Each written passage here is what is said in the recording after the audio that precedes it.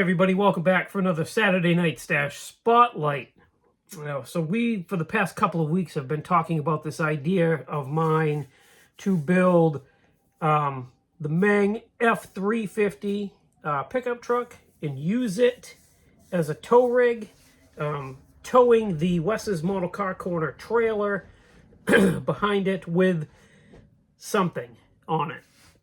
And a lot of you guys commented, and even I said it in the last video, you could put anything on that trailer, realistically, anything. But I have a handful of very specific ideas, and that's what I want to talk to you about. This whole process is going to be really cool to build this thing, put it on display, and then be able to change out the car that's on it when I want. I could use any one of the cars that I have built here, obviously. I wouldn't have to build something specifically for that. But where's the fun in that, right? Plus, if I don't build these things, like a friend of mine says, the estate sale is going to be epic, right? So let's talk about the first idea that pops into my head, the very first thing that I envision on that trailer. And there's a little bit of a side story to go with this kit. So we live I keep saying next to. Not next to. In my area, in New Hampshire, pretty close, within a half an hour from me, is a private road course. It's really nice. They do nostalgia events. They do, obviously, they race motorcycles. It's a legit road course up here, right?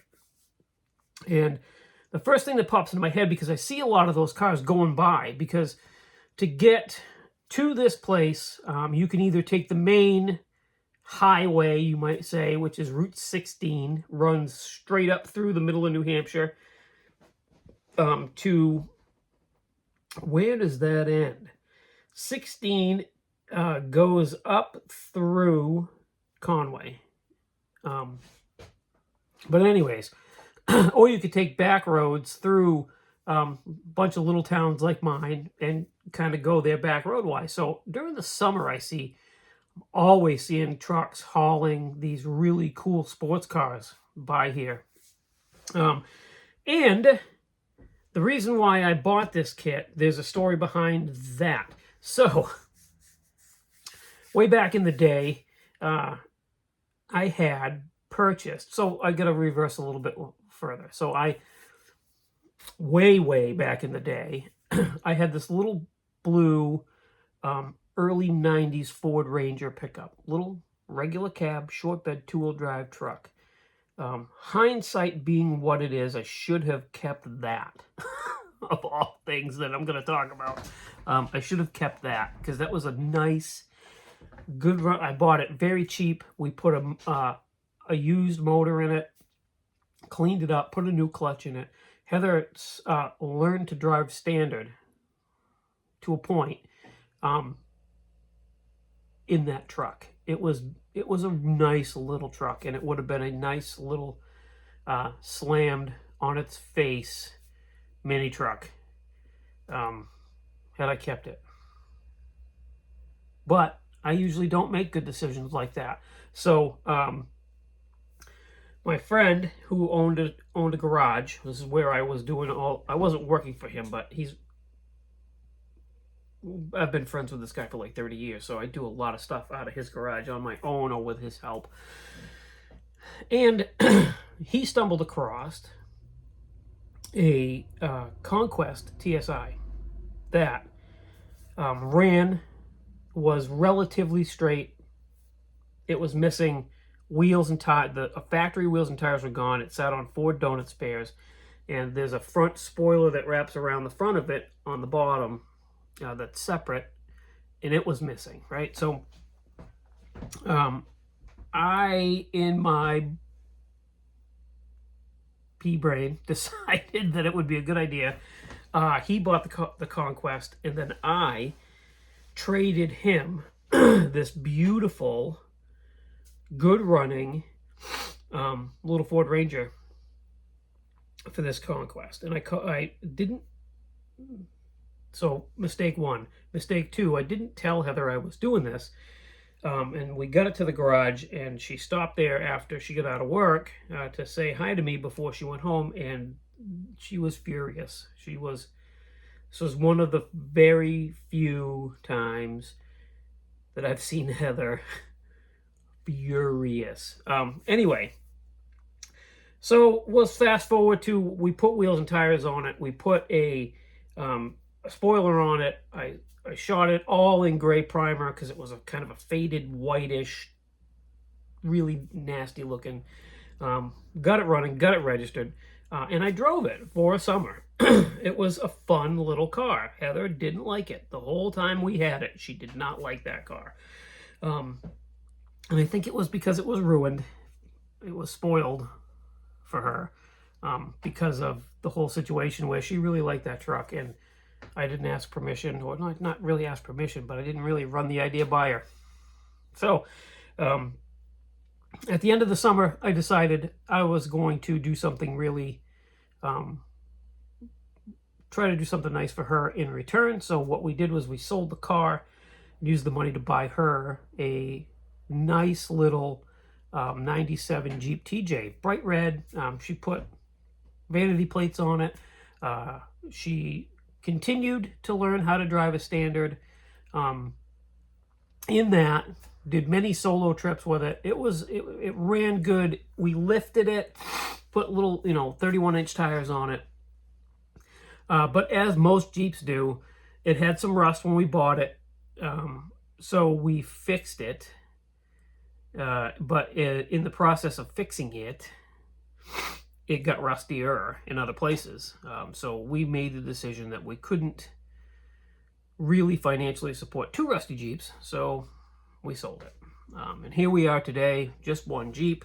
And anyways, man, I can still remember the seething look of anger on Heather's faces. So it was funny.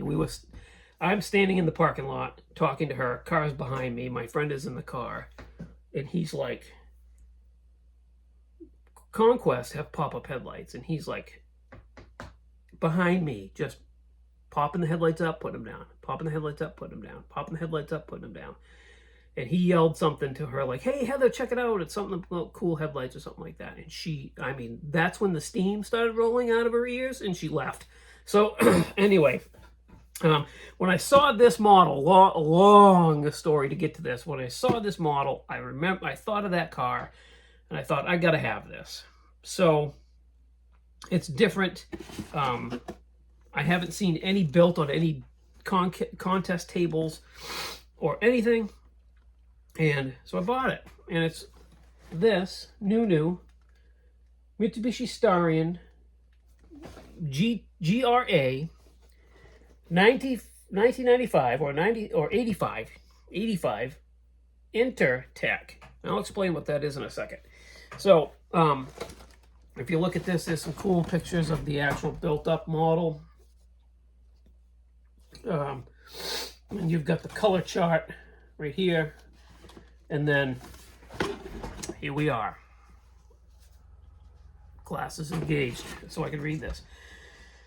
Okay, so that Intertech, so that is this kit is the Mitsubishi Starion number 5 and number 10. You can do it both numbers, which participated in the 1985 Intertech, which is a race series held in Japan at the Fuji Speedway. So that's pretty cool. This is a Japanese race series held at the Mount Fuji Speedway, which is just cool in itself. I would love to see that someday, but I will never fly my butt on an airplane over there. Just not going to happen. So let's take a look at the kit. It's a fairly simple kit. As soon as you open it up, first tree that's right on the top is the glass, which we leave in the packages just in case. It's got a nice one-piece rear glass, side windows, windshield, tail lights, marker lights. And then this first bag of parts. This is a pretty simple kit. There's not a lot to it, but so let's open this up. So the first trees that we have are spoilers and the rear bumper by the looks of it. So you got the rear bumper. This is some sort of a spoiler. I think that's the pad that goes on the bumper. So there's that tree right there. Then your front bumper. And this little spoiler right here, if you look at the bottom of this, right? This spoiler right here is what was missing off of my car that I had to find. And I found everything online. It was pretty neat. I found the wheels, factory wheels. They're staggered size, by the way, from the factory. If I recall, the fronts were a 7, the rears are an 8 wide aluminum wheels. Those were really neat. We put nice brand new tires on it. But that's the front for that. This tree has another, at the hood, some other type of like little lip spoiler, I think. Not sure what these are. Not exactly sure what that is, but... And this has got a separate hood, so I don't know. Realistically, you could put a motor in this. You could do this as a... Oh, that brings up some ideas. We talk about that at the end. Okay, here's your next tree. It's molded in black, right? It's got the dashboard, the wiper arms, a bunch of stuff. Your suspension bits. I think that's a side exhaust, which is really cool. Fuel tank, I would imagine. Then this bag has...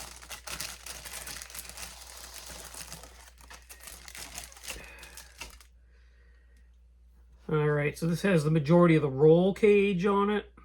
There's your roll cage bits, roll cage bits, roll cage, your racing seat, brakes, steering wheel, not sure what this stuff is, radiator, other little vents.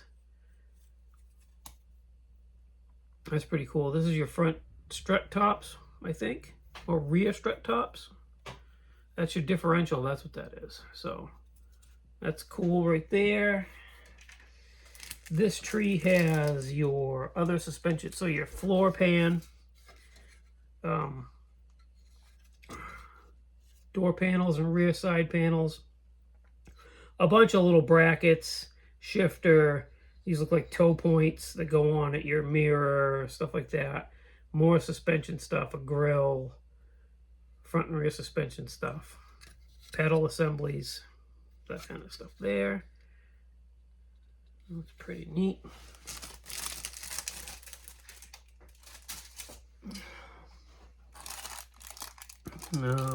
Tires. Comes with, it's a race car, so it comes with these 4 really nice, not marked slicks. That is pretty cool.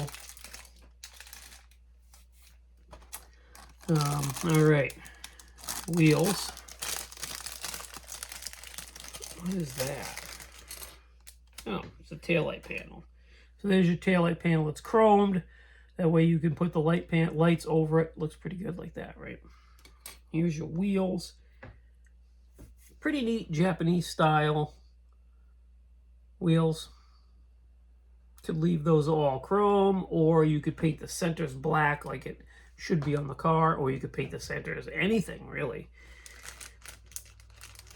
Let's see. Now, what's left? Okay. Body and chassis. So here's your chassis. And there's room in there to put an engine if you wanted to. Pretty neat little chassis underneath. Pretty clean. So that's the chassis. And then the body.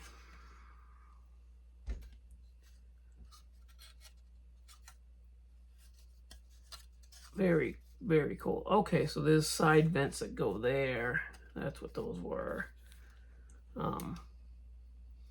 Obviously, there's a spoiler that goes in the back. It's pre-drilled for a spoiler. Very neat. I love these little cars. I always have. Always have. So there you have it. There's that. Now, let's talk about...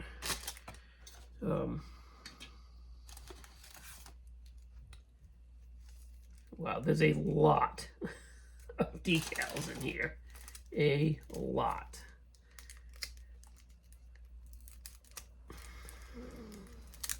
I did this kind of backwards. Usually I start with the instructions in the decals, but full transparency, I'm kind of doing this last minute. It's been a crazy week here.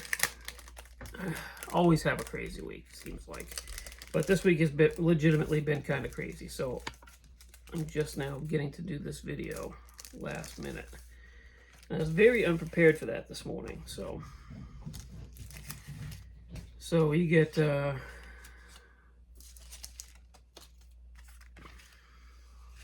right. So you get a decal sheet of black stripes, which is pretty cool. Let's put those here. Then you've got your first decal. Wow, these decals are beautiful. Holy moly.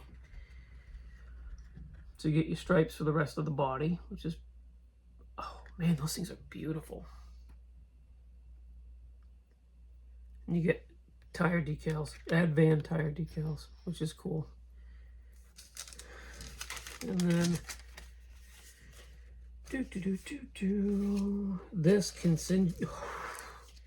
this contingency sheet is amazing. Look at how vibrant and beautiful those decals are. That's crazy. So you get your number 5s and your number 10s, Mitsubishi Motors, you get 2 window banners, the Rally Art logos, seat belts, race harnesses, hood pins, Yokohama tire decals if you wanted to run Yokohama contingencies. These guys must have been British because there's lots of British flags, British, Japanese, HKS, some names, race car name, driver names. This is just a beautiful decal sheet. Holy cow. We must protect those. And then